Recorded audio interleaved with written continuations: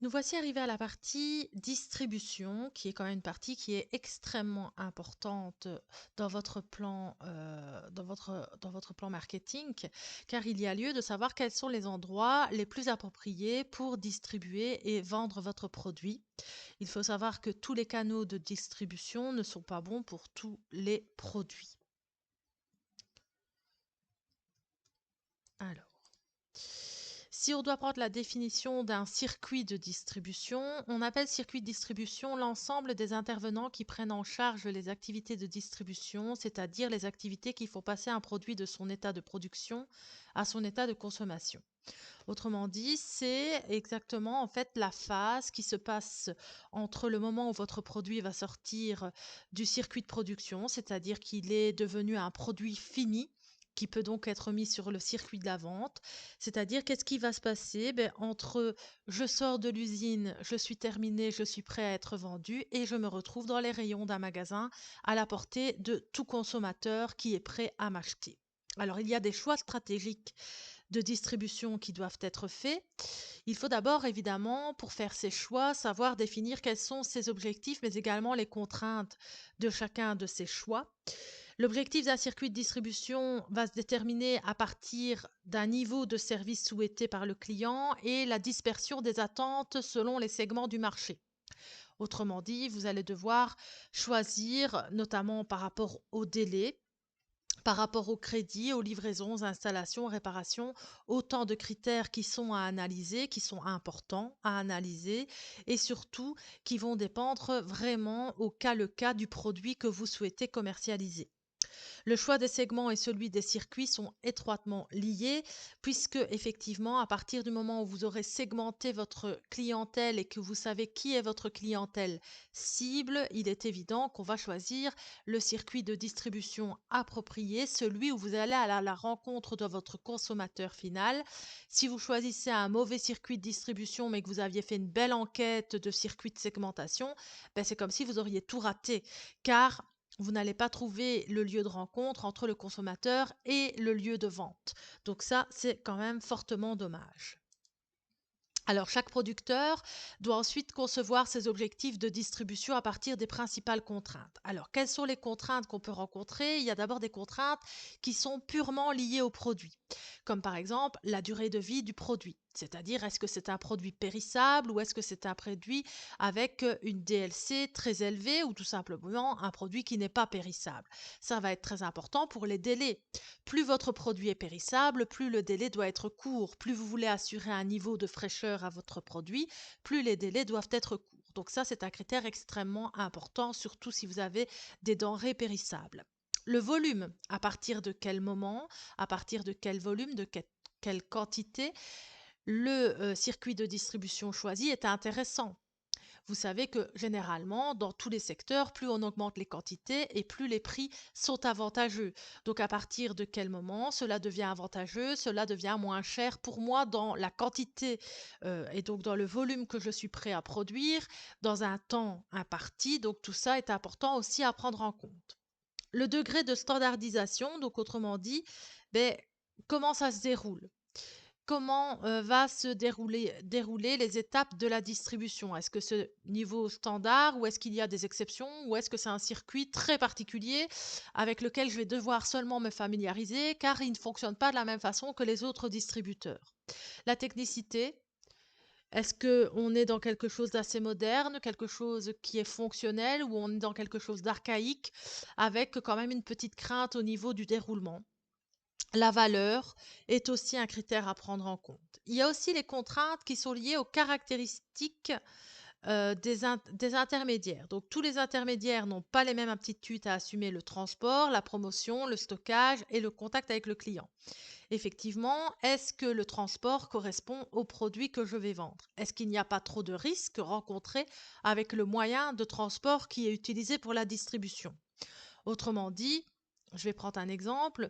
Pour tout ce qui est technologique, le transport maritime peut entraîner à certains moments une perte d'humidité qui peut être évidemment très néfaste pour tout ce qui est technologique. Alors tout ça, ça s'arrange avec des moyens très modernes évidemment, qui sont notamment des emballages, étanches, qui ne laissent pas passer l'air humide et cetera, mais c'est un coût en plus pour l'entreprise. Donc tout ça, il faut y penser. La promotion, donc dans les intermédiaires, est-ce qu'il y a des promotions qui sont prévues ou est-ce qu'on m'impose des promotions? Vous savez, il y a des circuits de distribution qui vont, imposer, des promotions, de manière régulière dans leurs, centres commerciaux et donc il faut voir aussi si vous savez suivre au niveau promotion. Le stockage, est-ce que vous savez livrer autant de quantité que vous voulez à un même moment? Est-ce qu'ils ont la capacité de stocker vos produits ou est-ce que vous allez au contraire devoir prévoir plusieurs transports pour alimenter plus régulièrement, mais cela va entraîner des coûts supplémentaires? Et le contact avec le client, autrement dit, est-ce qu'on est déjà dans un circuit de distribution qui est bien vu, qui a bonne réputation au niveau du consommateur final? Les contraintes légales, notamment le refus de vente, est interdit. Donc, ce qu'on veut dire par là, c'est qu'un producteur ne peut pas refuser a priori de livrer à un intermédiaire qui a passé une commande. Donc, on ne peut pas vous refuser le service, on ne peut pas faire de tri sélectif. La pratique des conditions discriminatoires de vente et des différences abusives de prix appliquées d'un client à l'autre est prohibée. Alors ça, évidemment, c'est en théorie, mais on est bien d'accord que quelque part, les différences de prix, elles se font aussi sur le volume, la quantité, et qu'on sait aussi que si on veut s'adresser à une certaine, à certains fournisseurs ou à certains producteurs, on sait très bien que les petits producteurs n'auront jamais les mêmes quantités que les grands producteurs et que de ce fait, évidemment, on saura appliquer des meilleurs tarifs à des grands producteurs plutôt qu'aux petits producteurs. Et ça, c'est quand même un petit peu aussi déjà des conditions de sélection un petit peu déguisées. Alors, enfin, quelques circuits sont obligatoires pour certains biens, tels que les produits pharmaceutiques, par exemple, qui sont soumis à des règles légales très strictes, puisqu'ils ne peuvent pas être livrés de n'importe quelle façon. Ils ont des intermédiaires, donc ils ont des arrêts, en fait, qui doivent être faits pour vérifier certaines mentions légales et aussi, tout simplement, la conservation du produit. Il y a les contraintes liées aux habitudes et au comportement d'achat des consommateurs. On sait, et vous l'avez vu notamment dans le cours d'ACAC, que le comportement d'achat des consommateurs, c'est influençable pour une certaine partie, mais il y a aussi des durs à cuire qui restent positionnés sur leurs idées reçues. Et donc, il faut voir si votre produit ne fait pas partie de ce genre de consommateurs, c'est-à-dire qu'ils sont très centrés et très fidèles à leur démarche d'achat habituelle. Et donc à ce moment-là, il faut vraiment s'orienter vers un circuit de distribution qui va aller dans les habitudes du consommateur et ne pas aller vers des choses qui sont peut-être pour eux un petit peu sorties de l'ordinaire, auxquelles ils ne vont pas du tout s'adapter et ils ne vont pas du tout accrocher à ce genre de système. Alors ensuite, il faut faire le choix d'un circuit de distribution. Il y en a deux grands types qu'on va voir par après, mais il faut d'abord faire la différence entre le circuit de distribution, qui est en fait caractérisé par sa longueur, c'est-à-dire le nombre de niveaux qu'il comporte correspondant au nombre d'intermédiaires. Alors on part du producteur. C'est le premier maillon, c'est le point de départ du circuit de distribution parce que ça part de là. Suivi ensuite peut-être d'un premier transporteur, voire même d'un deuxième, voire même d'un troisième, pour arriver ensuite dans la centrale d'achat du circuit de distribution choisi, qui va seulement ensuite manipuler les produits et aller les distribuer dans les centres de vente. Tout ça sont autant d'intermédiaires qui peuvent être de plus en plus longs en fonction du nombre d'intermédiaires choisis. Le canal de distribution, lui, est une catégorie d'intermédiaires au sein du circuit. Donc, la tendance est en fait au raccourcissement des circuits de distribution. Certainement en plus, d'abord parce que plus il y a d'intermédiaires et plus ça coûte de l'argent, parce que chacun évidemment va récolter sa part du butin. Et puis, si vous avez encore une fois des produits qui doivent être livrés rapidement, ben, plus il y a d'intermédiaires et plus ça va prendre du temps. Et c'est pour ça qu'on parle notamment de circuits courts, de circuits ultra courts, de circuits moyens, de circuits longs en fonction des produits. Et on est actuellement beaucoup dans la vente directe et dans le circuit court et ultra court, notamment souvent la vente du producteur au consommateur. C'est ce qu'on appelle la consommation locale qui est totalement à la mode à l'heure actuelle. Alors la vente directe par Internet, même si elle ne tient pas actuellement toutes ses promesses de développement, est quand même en plein essor. Alors quand on dit qu'elle ne développe pas toutes ses promesses de développement, c'est qu'il y a encore des couacs et que, à part les grandes enseignes style Amazon, Cdiscount, etc., le reste encore un petit peu modeste avec des frais de port, des fois très élevés, des fois même plus élevés que l'achat du produit et qui peut donc évidemment être un frein, un obstacle à la vente définitive.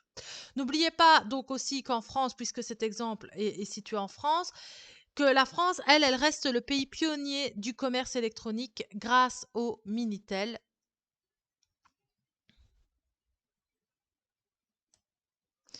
Grâce au Minitel. Alors, quand on dit grâce au Minitel, qui est évidemment un appareil totalement archaïque et dépassé et désuet et qui n'existe plus aujourd'hui, quand on dit ça, c'est pas, on veut pas dire que le Minitel est aujourd'hui une valeur sûre. Ce qu'on veut juste dire, c'est que la France a été la première à instaurer ce commerce électronique parce qu'elle a instauré le Minitel. Le Minitel, à l'époque, c'était révolutionnaire. C'était un outil qui n'existait pas et qui a révolutionné complètement le commerce électronique.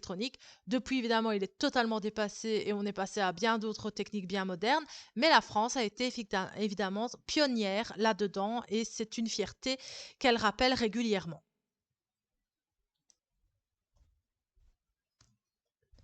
Alors, on va prendre maintenant l'exemple d'un circuit donc de distribution comme on peut le trouver. Alors après, il peut s'arrêter à différentes étapes. Toutes les étapes présentes sur ce graphique ne sont pas nécessairement toujours existantes dans le sein d'un circuit de